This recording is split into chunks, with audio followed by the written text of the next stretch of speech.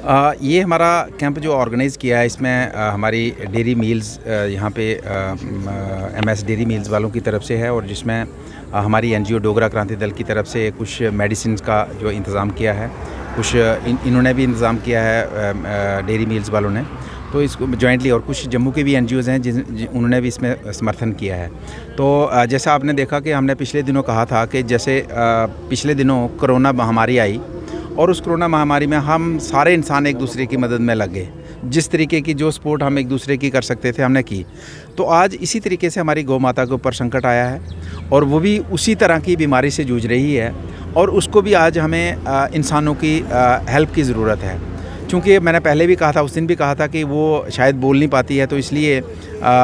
हम आगे नहीं आते हैं, या हमें शायद वोट का भी चक्कर रहता है कई बार, कि वोट नहीं पड़ता है, तो उसको भी हमें कई बार बड़ी ज़्यादा कंसिडरेशन जो पॉलिटिकल सिस्टम में रहती है। तो मैं ये कहना चाहूँगा, अगर हम सभी लोग गौ माता का दर्जा देते हैं, और उसको जब मतलब कोई खरोच भी आती है तो हम मतलब सड़कों पे उतर आते हैं, लेकिन जब आज इतना संकट है तो हम सभी लोगों को चाहिए कि हम फोर फ्रंट पे आएँ, सामने आएँ, और जो हम हेल्प कर सकते हैं। क्योंकि हम सिर्फ नारे लगाएंगे, सरकार को कोसेंगे। अभी प्रशासन के जब हम अधिकारियों के पास गए तो उन्होंने कहा जी हमारे पास तो दवाई के लिए जो दवाई आ रही है 10 या 15% आ रही है, जबकि रिक्वायर्ड अगर 100 बोतलों की है, 100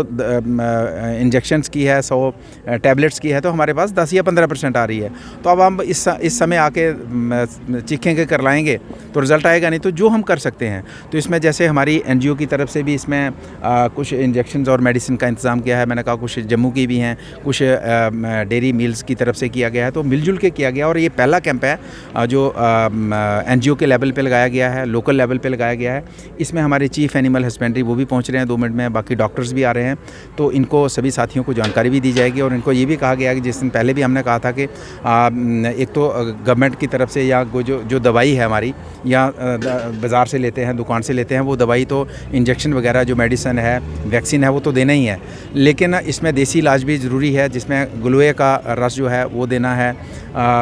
हमारा नीम का है, जौ का पीसे हुए जौ जो आते हैं उसमें अगर वो दें, या उसको पानी में मिला के दें, तो उससे जो जानवर के अंदर जो गर्मी है, उसके लीवर में गर्मी है, उसमें कमी आती है, और जिससे उसकी भूख बढ़ती है। जब भूख बढ़ती है तो जानवर रिकवर हो जाता है। तो देसी इलाज भी, और भी देसी इलाज हैं जो जिसके जहाँ जो सुना है, आप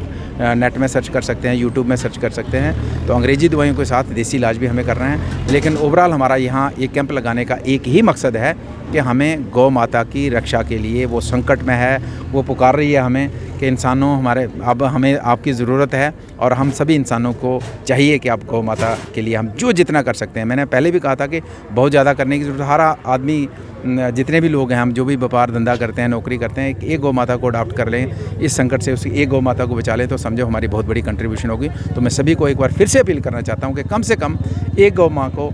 अडॉप्ट कर लीजिए, उसको इस संकट से, इस बीमारी से बचा लीजिए। तो ये हमारा बहुत बड़ा एक योगदान होगा, और गौ माता हमें जो है आशीर्वाद देगी। Thank you.